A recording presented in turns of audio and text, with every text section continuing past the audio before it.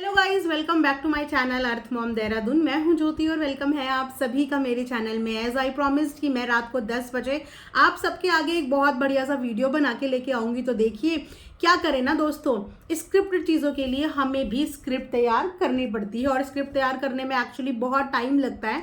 तो इसीलिए इस वीडियो में मैंने बहुत मेहनत करी है और मैं चाहती हूँ कि आप लोग ये वीडियो बिना स्किप करे हुए पूरा देखें। और अगर चैनल पे नए हैं तो सब्सक्राइब भी कर लेना। वीडियो डेफिनेटली पसंद आएगी आप लोगों को तो लाइक भी करना और कमेंट सेक्शन में कमेंट करके ज़रूर बताना कि आप लोगों को ये वीडियो कैसा लगा। इस पॉडकास्ट का ना मुझे बहुत ज़्यादा इंतज़ार था और मैं चाहती थी कि मैं इस पॉडकास्ट को उसी दिन पूरा देखूंगी जिस दिन फाइनली ये यूट्यूब पे ही लॉन्च होगा। इससे पहले भी ये एक दूसरे ऐप में आ चुका था इंटरव्यू, लेकिन मैं लिटरली इसका वेट यूट्यूब चैनल पे ही कर रही थी। तो ये जो इंटरव्यू है मैडम का वो आ गया था दिन में। 10 मिनट के बाद ये डिलीट होता है और 10 मिनट के डिलीट होने के बाद ये वापस से रीअपलोड होता है। अब आप खुद सोचिए कि ये डिलीट क्यों करना पड़ा और फिर वापस से रीअपलोड ही क्यों करना पड़ा। कुछ तो उसमें ऐसा आ गया था जो शायद नहीं आना चाहिए था और इस वजह से पहले वाला वीडियो को 10 मिनट के अंदर डिलीट कर दिया गया और फिर इस इंटरव्यू को वापस से रीपोस्ट किया गया। सो 1 घंटे का पूरा इंटरव्यू था, 1 घंटे का पूरा पॉडकास्ट था। तो देखने में मेरे को वक्त भी लगा और पॉइंट्स नोट करने के लिए मुझे फॉर द फर्स्ट टाइम लिखना भी पड़ा। बट कोई बात नहीं, मेहनत सफल हुई क्योंकि बहुत अच्छे अच्छे पॉइंट्स हमें खुद ही मैडम के मुंह से इस वीडियो में, इस पॉडकास्ट में सुनने को मिल गए। तो आइए बिना किसी देरी के हम लोग डिस्कशन करते हैं। तो जिस तरीके से किसी भी बुक को पढ़ने से पहले इलस्ट्रेशन लिखा होता है ना, तो वही मैं आप लोगों को बता देती हूँ कि इस पूरे पॉडकास्ट के अंदर क्या चीज़ें थी। पूरे पॉडकास्ट के अंदर था सुकून, सुकून, सुकून, सुकून के ऊपर फुल एक्सप्लेनेशन। दूसरा इसका हाईलाइटेड पॉइंट था शी इज नॉट बेचारी, शी इज नॉट अबला नारी and please stop calling her बेचारी। और तीसरा पॉइंट था रिश्तों में खुशी चाहिए। और उस खुशी को एक्सप्लेन करते करते ये पॉडकास्ट काफ़ी आगे तक निकल गया। उसके बाद एक फुल ऑन एक्सप्लेनेशन थी ब्लैक पैच से रिलेटेड, जो ब्लैक पैच इन्होंने खुद अपने मुंह से बोला। आज उसी ब्लैक पैच का बहुत अच्छे से एक्सप्लेनेशन दिया है। सो आइए विदाउट फर्दर डिले फटाफट से रिएक्शन करते हैं शुरू। तो हम यहाँ पे बात करेंगे काइंडनेस, क्योंकि इस पॉडकास्ट की शुरुआत ही काइंडनेस के साथ हुई। काइंडनेस को एक्सप्लेन करते हुए कोविड का एग्जाम्पल दिया गया कि कोविड के बाद सोचा था कि काइंडनेस बढ़ जाएगी, लेकिन नहीं, उल्टा हुआ है। कोविड के आने के बाद से लोगों के अंदर की काइंडनेस जो है वो धीरे धीरे खत्म होती जा रही है। अब इसका परफेक्ट एग्जाम्पल, कहीं दूर जाने की ज़रूरत नहीं है क्योंकि ये लाइनें मैडम के पॉडकास्ट से आई हैं। तो यहाँ पे एक एक्सप्लेनेशन हम देते हैं काइंडनेस के बारे में कि हमारी मैडम कितनी ज़्यादा काइंड है।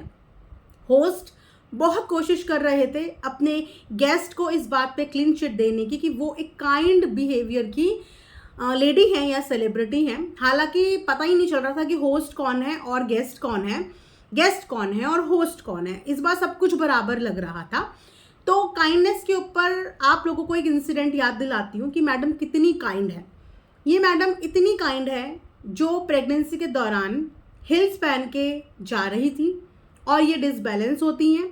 डिसबैलेंस होने की वजह से ये थोड़ा लड़खड़ाती हैं और इनको आई थिंक यूनिट के ही वो इंसान थे जिन्होंने इनको हेल्प करी, हेल्प करने की कोशिश करी। और उसके बाद instead of saying thank you, इन्होंने उनके साथ इतना रूड बिहेव किया, इतना एटीट्यूड दिखाया और इस तरीके से उनके ऊपर ब्लेम किया कि वो उनको टच करने की कोशिश कर रहे थे। जबकि जर्नली ये किसी के साथ भी होता या कोई भी हमारे आजू बाजू कभी गिरने वाली पोजीशन में होता है तो एक ह्यूमन नेचर भी होता है और एक जेस्चर होता है जो अपने आप निकल के आता है कि हम अगर सामने वाली कोई चीज़ लुढ़क रही है या डिसबैलेंस हुई है तो हम ऐसे जाके उसको बचाने की या संभालने की कोशिश करते हैं। लेकिन हमारी इंटेंशंस को भी जज की जा रही थी।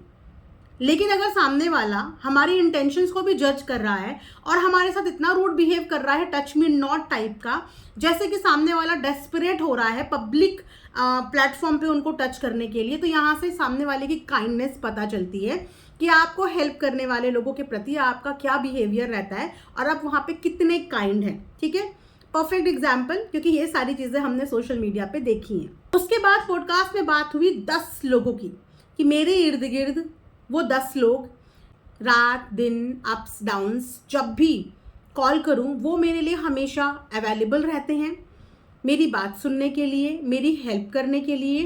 तो मैं उन 10 लोगों में बहुत खुश हूँ। मेरी ज़िंदगी के ऐसे 10 लोग, इनकी ज़िंदगी के ऐसे 10 लोगों में अगर ये इतनी एक्सपेक्टेशन रख रही हैं सामने वाले से, तो क्या ये सामने वाले की एक्सपेक्टेशंस पे कभी खरी उतरी हैं? इनकी खुद की फ्रेंड ने ये बात अपने इंटरव्यू में बताई थी कि जिस समय पे उनको ज़रूरत थी, उनकी लाइफ में जिस समय पे एक ऐसा टाइम आ रहा था जिस टाइम पे उनको अपने दोस्त की सपोर्ट की ज़रूरत थी, मॉरल सपोर्ट की ज़रूरत थी, उस समय पे उनके दोस्त ने उन 10 लोगों में शायद अपनी उस बेस्ट फ्रेंड को इंक्लूड नहीं किया, जिस बेस्ट फ्रेंड ने उनकी शादी में बहन, दोस्त, हर चीज़ का फ़र्ज़ निभाया। लेकिन उस फ्रेंड के लिए मैडम के पास शायद 10 मिनट भी नहीं थे कि उनको पूछ पाती कि तुम कैसी हो, क्या तुमको मेरी ज़रूरत है, क्या तुमको मेरा मॉरल सपोर्ट चाहिए? नहीं। तो वो 10 लोग आखिर इनकी ज़िंदगी में कौन है? शायद वो 10 लोग इनके खुद के ही परिवार के 10 लोग हैं। अम्मी, साहिबा, जनाब, टिज़ा, टिहान, मम्मी, पापा। तो ये 10 लोग अपने ही परिवार के हैं, क्योंकि बाकी के जितने लोगों ने इनका साथ सपोर्ट दिया, जो इनके लिए हमेशा अवेलेबल रहे, लेकिन ये अपने दोस्तों के लिए अवेलेबल नहीं थी। तो इनके हिसाब से वो 10 लोग इनकी खुद की फैमिली है, क्योंकि उन 10 लोगों में इनके ना तो सिबलिंग्स आते हैं, ना इनके फ्रेंड्स आते हैं, राइट। उसके बाद जो हमारे होस्ट थे, जो समझ में एक्चुअली नहीं आया कि होस्ट थे या गेस्ट थे, उन्होंने अपना एक एग्जाम्पल दिया मैडम को लेके। हालांकि इससे पहले भी मैंने उनके बहुत सारे पॉडकास्ट और इंटरव्यूज़ देखे हैं जहाँ पे इतने एग्जाम्पल अपनी खुद की पर्सनल लाइफ के उन्होंने कभी नहीं दिए जितने इस पॉडकास्ट में वो हर चीज़ को कवर अप करके अपनी सिचुएशन के साथ मैडम की सिचुएशन को कंपेयर और बताते हुए नज़र आ रहे थे। तो यहाँ पे उन्होंने एक सिचुएशन बताई, जिस सिचुएशन में अगेन मैडम की ही तारीफ हुई कि इनका एक पॉडकास्ट शेड्यूल था, लेकिन क्योंकि उस समय पे जनाब के पापा हॉस्पिटलाइज हो गए थे, तो वो डेट फिक्स नहीं हो पा रही थी, जिसकी वजह से जो होस्ट थे उनका इनकी मैनेजर के साथ कुछ बात ऊपर नीचे हो गई, कुछ रूड बिहेव हो गया। जब ये बात मैडम को पता चली और मैडम और इन होस्ट की बात हुई, तो मैडम ने अपनी टीम की मेंबर के लिए स्टैंड लेते हुए बोला कि आपने उसके साथ इस तरीके का बिहेव क्यों किया, जिसपे कि इन जनाब को, यानी कि जो होस्ट है, इनको गुस्सा आना चाहिए था। लेकिन इनकी नज़रों में उस दिन से मैडम की रिस्पेक्ट इतनी बढ़ गई कि एक इंसान जो अपने स्टाफ का इतना ध्यान रख सकती है कि अपने स्टाफ के साथ किए हुए रूड बिहेव के लिए इन्होंने मुझे पॉइंट आउट किया तो उनको बुरा नहीं लगा। इनफैक्ट उनकी नज़रों में मैडम की जो इज्जत है वो 2 गुना 4 गुना बढ़ गई, क्योंकि वो अपने स्टाफ के लिए स्टैंड लेती हैं। तो जो स्टाफ देहरादून से मुंबई एक लड़की अपना जॉब छोड़ के मैडम के भरोसे वहाँ पे गई थी कम सैलरी में और सारा काम सिंगल हैंडेड कर रही थी, उस लड़की के लिए स्टैंड इन मैडम ने क्यों नहीं लिया? उस लड़की के लिए ये मैडम काइंड क्यों नहीं हुई? एक बार जाके इन होस्ट को उस लड़की का वीडियो भी देखना चाहिए, जिस वीडियो में उसने क्या क्या सफ़र किया मैडम के घर जाके, कितनी काइंडनेस उनको वहाँ पे मिली कि वो बेचारी रात को रोती रोती भूखी भी सो गई, लेकिन उसे किसी ने खाने के लिए नहीं पूछा। ये काइंडनेस थी। सॉरी बोलते बोलते उस लड़की का मुंह थक गया, लेकिन मैडम ने उस लड़की को माफ़ नहीं किया। ये काइंडनेस था। एक लड़की जो मैडम के भरोसे वहाँ पे गई थी, मैडम ने उसके लिए स्टैंड नहीं लिया। तो ये मैडम का स्टैंड है अपनी टीम के लिए। सब कुछ सोशल मीडिया पे है, इसीलिए सारे पॉइंट्स के जो मैडम ने यहाँ पे एक्सप्लेन करने की कोशिश करी है, उनके जवाब उसी एग्जाम्पल्स के साथ मैं आप लोगों को बता रही हूँ। और यही सारे जवाब अगर आप कमेंट्स में जाएंगे तो भी आपको मिल जाएंगे। मैडम ने एक बात और बोली कि मैं ऐसी ही हूँ, मैं डांट भी देती हूँ और अपनी गलती पे मैं अपनी गलती रियलाइज़ भी कर देती हूँ, मैं झाड़ भी देती हूँ, और अगर मुझे कहीं पे लगता है कि ये मेरी गलती है तो मैं सामने वाले की सुनती भी हूँ।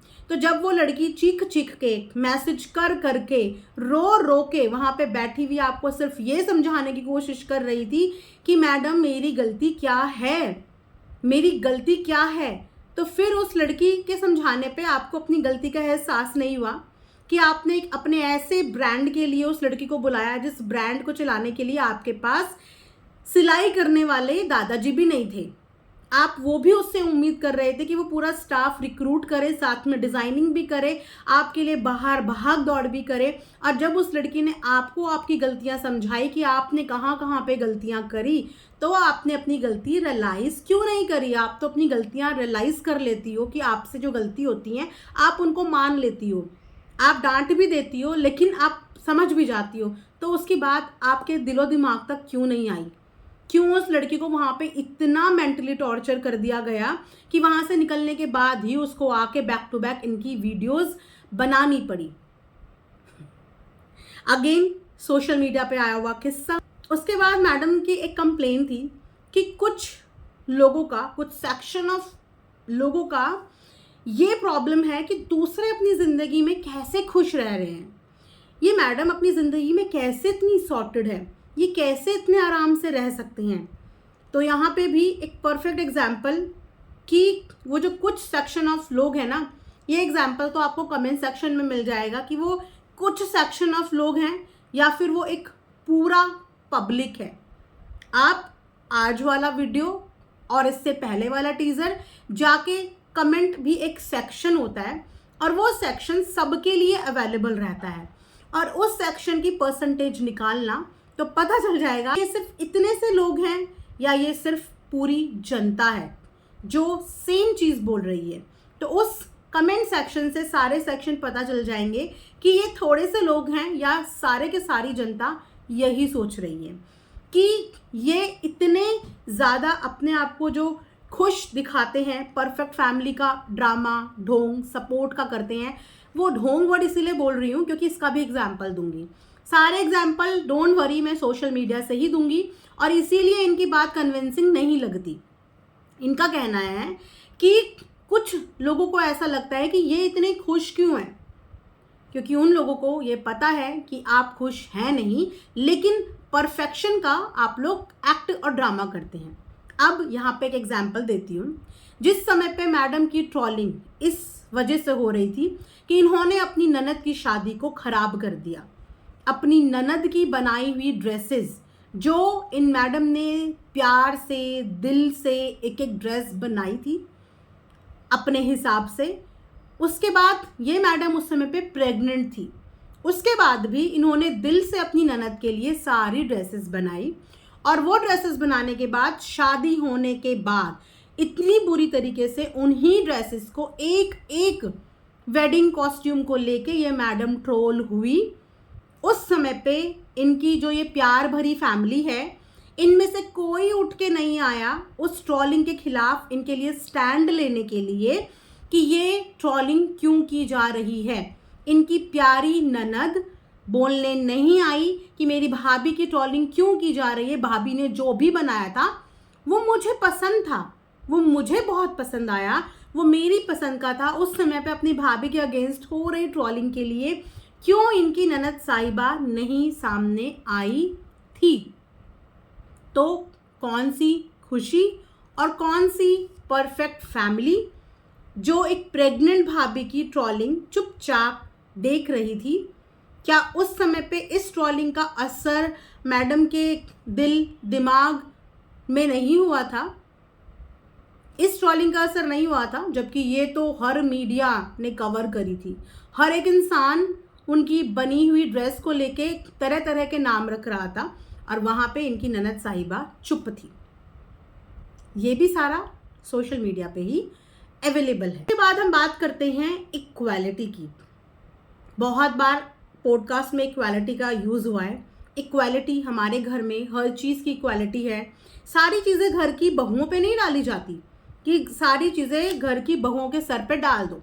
हमारे यहाँ इक्वालिटी है, हमारे यहाँ सब बराबर पार्टिसिपेशन करते हैं, सब अपने अपने हिस्से की जिम्मेदारी बराबर निभाते हैं। हमारे यहाँ इतनी इक्वालिटी है, मैंने पहले ही बोला था कि इस पॉडकास्ट में ये जिक्र होने से रह ही नहीं सकता कि मेरे जनाब ने मेरी मम्मी के लिए फ्लैट लिया, और देखो छठे पॉइंट में ही ये बात क्लियर हो गई। पॉइंट वाइज मैं बात कर रही हूँ।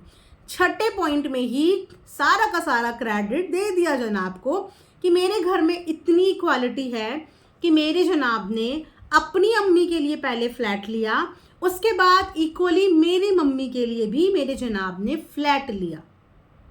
हमारे यहाँ चीज़ों को लेके इतनी इक्वालिटी है कि कोई किसी को तेरा मेरा नहीं करता है।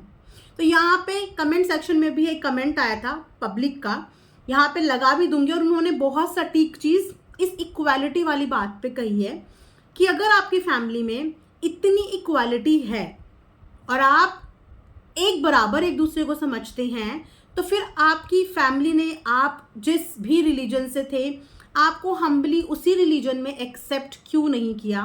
अगर आपके घर में हर चीज़ की बराबरी है तो क्यों जो आपके फेस्टिवल हैं आपके घर में उन फेस्टिवल्स को नहीं मनाया जाता। अगर ये इक्वालिटी है तो फिर लड़की जैसी थी, जैसी वो थी, जैसे ही भगवान ने उसको इस दुनिया में भेजा, जिस तरीके से भेजा, जिस जगह पे भेजा, जिस रिलीजन के साथ भेजा, उसी तरीके से आपकी फैमिली ने आपको बराबर मान के एक्सेप्ट क्यों नहीं किया। आपके सारे त्योहारों को बराबर मान के एक्सेप्ट क्यों नहीं करते हैं। आपके नवरात्रे, दिवाली, होली, रक्षाबंधन, दशहरा, इतने सारे त्योहार जो आते हैं उनको बराबरी क्यों नहीं मिलती। ये हमारी ऑडियंस का सवाल है आपके लिए कि अगर घर में इतनी क्वालिटी है तो इन चीज़ों में बराबरी क्यों नहीं है। हमारा बॉलीवुड एक्चुअली बराबरी करना सिखाता है when it comes to inter religion और इंटर कास्ट मैरिज।